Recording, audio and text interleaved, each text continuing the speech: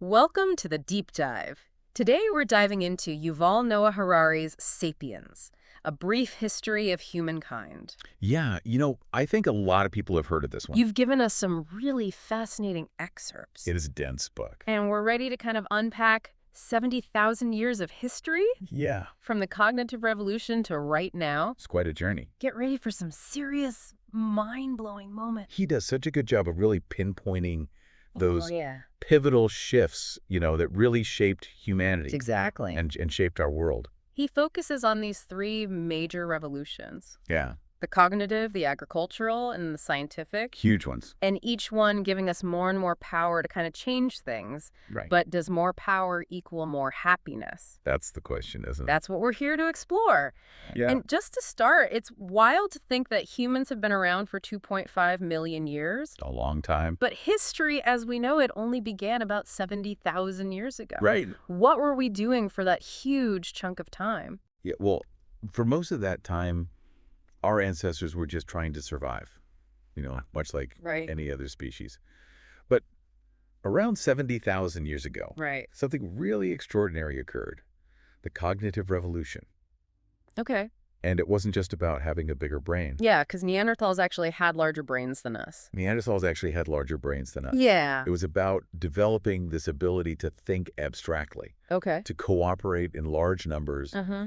and crucially, to believe in these shared myths. Shared myths, so more than just storytelling around a fire. Right. These imagined realities, as Harari calls them, Okay. are really the bedrock of human civilization. Okay. They enabled us to do things that no other animal has ever achieved. Right. Building empires, Yeah. establishing global trade networks. Yeah. Think about it, nations, religions, corporations. Yeah. None of these actually exist physically. Yeah. They exist because we collectively agree that they do. Right. And that shared belief is what gives them power. So you're saying that our ability to believe in these kind of abstract concepts Yes. is what truly separates us I think so. from other animals. Yeah. It allowed us to kind of move beyond simple survival and create these complex societies. Precisely. Okay. Take money, for example. I mean, it's a perfect illustration of this. Right. A piece of paper has value because we all believe it does. Yeah. Our collective belief makes the system work. Right. Without that shared myth, money is just paper. Okay, that makes sense. But if we go back to the very beginnings, how did we go from being just another primate to building these elaborate systems? Yeah. Harari talks about cooking being a key factor. Yes. I'm curious to understand that connection. Yeah, that's where things get really interesting. Okay. Harari argues that, mastering fire and inventing cooking Okay. were really crucial steps. Uh-huh. Cooked food is easier to digest. Right. And some anthropologists believe that this may have actually freed up energy, Oh. allowing our brains to develop. So interesting. But more importantly, I think the act of cooking and sharing food around a fire Okay. really fostered those complex social interactions Yeah. that underpin our societies today. Right. I mean, think about it, even today. Yeah. So much of our social bonding revolves around food. Absolutely. Like, when was the last time you had a beef? It's true. Sharing a meal creates a sense of community, even if it's just a quick lunch with coworkers. Exactly. It's a primal act, Yeah. deeply ingrained in our social evolution. Right. So, while we may not be conquering the world through barbecues, Right. the act of sharing a meal Mm-hmm. and the social structures that grew from that are still Yeah. fundamental to who we are. Okay, so we've got this incredible ability to believe in these shared myths, like money. Yeah, We've got cooking and fire, which helped fuel our brain power and our social skills. right.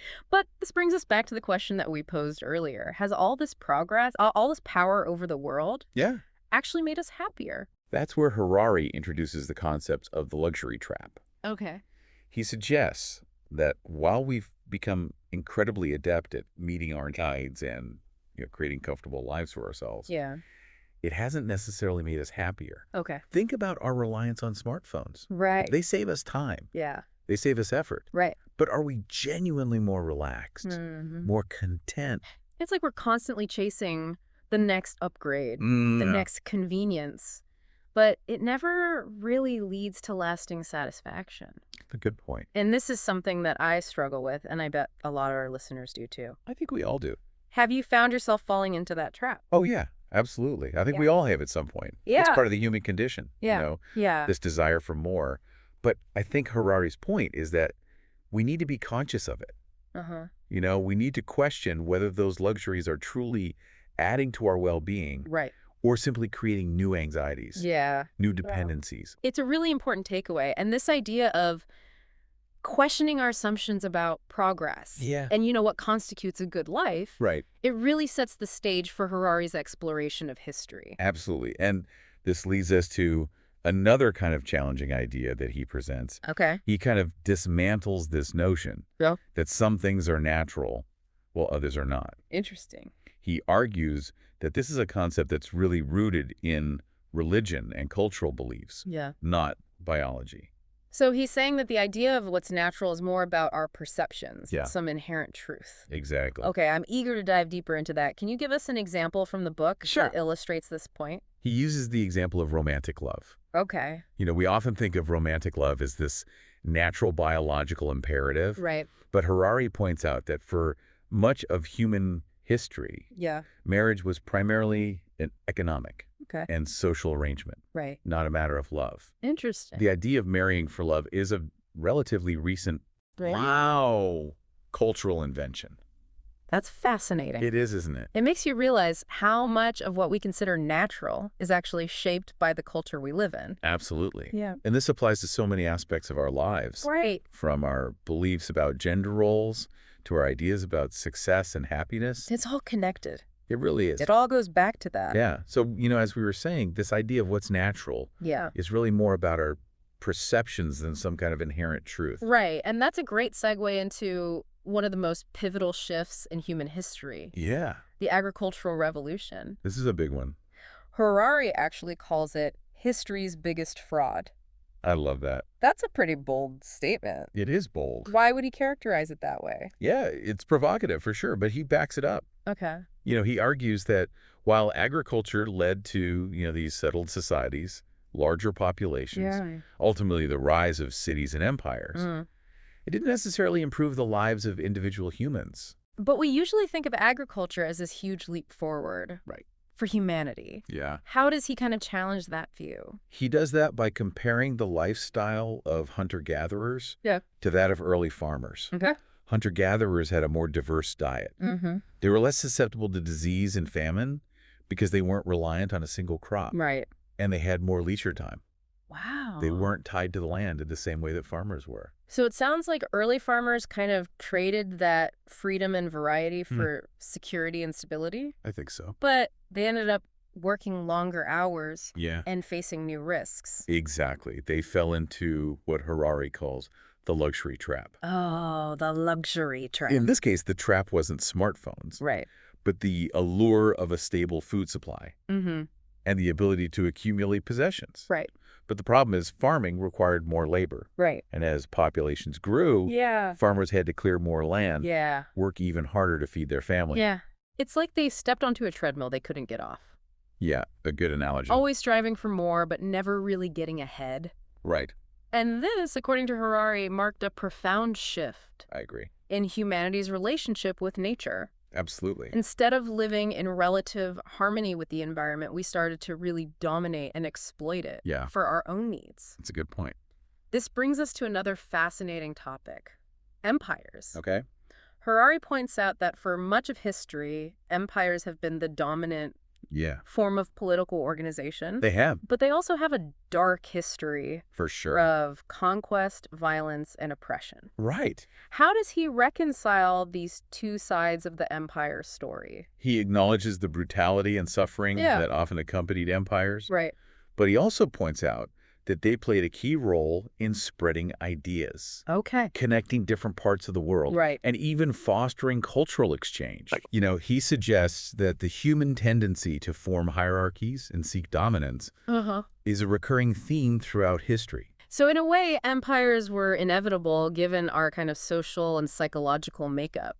That's what he suggests. Okay. He also delves into the justifications that empires used for their conquests. Okay. From, religious missions to economic imperatives Yeah. to the idea of bringing civilization to conquered peoples. And of course, history shows us that those justifications Right. were often just a smokescreen for Exactly. exploiting resources and Yeah. consolidating power. Right. And that brings us to another element that he kind of weaves into this narrative Okay. of money. Money, money, money. He calls it the most universal and most efficient system of mutual trust ever devised. It's amazing how this abstract concept has come to play such a central role. It really is. Yeah. We work for money. We do. We trade goods and services for money. Yeah. We even measure our worth Right. by how much money we have. Sadly, yes. Harari traces the evolution of money from its earliest forms, like barley grains in ancient Mesopotamia, to the complex financial systems we have today. It's a long history. But he also points out that money has a dark side. It does.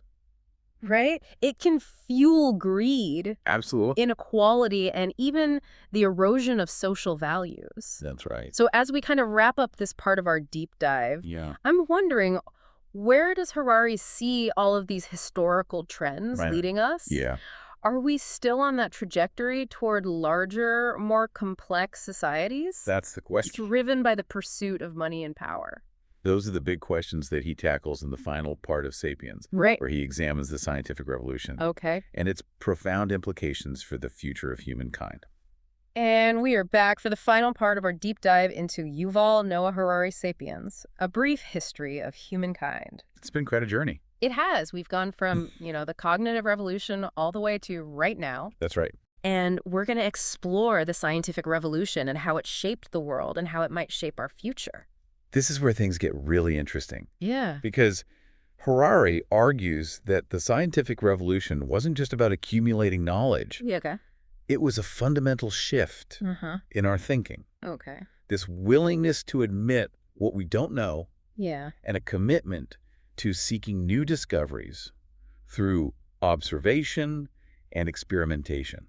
So instead of relying on traditional wisdom or religious doctrines, it was about kind of questioning those assumptions. Exactly. And putting them to the test. That's right. And this shift in thinking has had a profound impact on every aspect of human life. Yeah. I mean, it's led to incredible breakthroughs in medicine. Right. Technology, our understanding of the universe. Yeah. I mean, just think about the development of antibiotics. Yeah. Or the invention of the printing press. Yeah, those were total game changers. Game changers. Made possible by this scientific method. Exactly. It is incredible how much progress it is we've made in just a few centuries, thanks to science. Yeah, it's mind-blowing. But, right. Harari doesn't shy away from the potential downsides of this progress either. Yeah, what does he point to? He talks about the development of weapons of mass destruction, the exploitation of natural resources, and even possibility of creating new forms of inequality through technologies like genetic engineering. Right, so it's not all rosy. No, it's not all rosy. He's kind of saying. He's keenly aware that scientific progress can be a double-edged sword. Oh, okay. It equips us with these powerful tools, but it doesn't dictate how we use them. Right. The responsibility ultimately lies with us to make ethical choices about how we apply this knowledge.